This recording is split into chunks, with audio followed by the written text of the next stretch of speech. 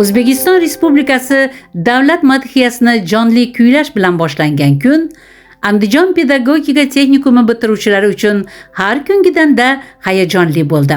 Texnikum direktori Dilafruz Qurbonova o'quvchilarga imtihonlarda omad, katta hayot yo'liga tashlanadigan qadamlari zalvorli bo'lishini tiladi.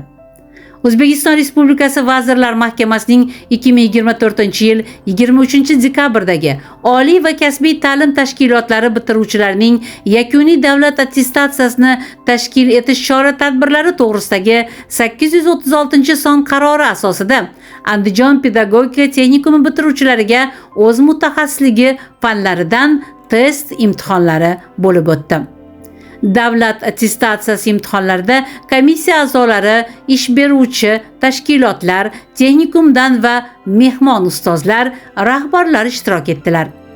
Davlat attestatsiyasi komissiyasi imtihonlari bilim va salohiyat sinovi, o'tgan yillar davomida olingan bilimlarni tekshirish vaqtidir. Mana bugun davlat imtihonlari bo'lib o'tmoqda. O'tgan vaqt davomida olgan bilimlarimizni bugun sinovdan o'tkazamiz. Yaxshi tayyorlanib keldik. Albatta yaxshi baholarga topshiramiz deb ishonamiz.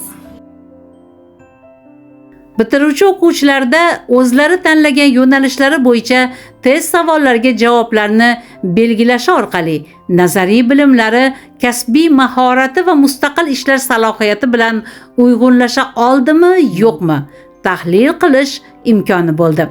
Test natijalariga ko'ra adolatli baholash ko'rsatkichi esa o'z yakuniy so'zini aytadi.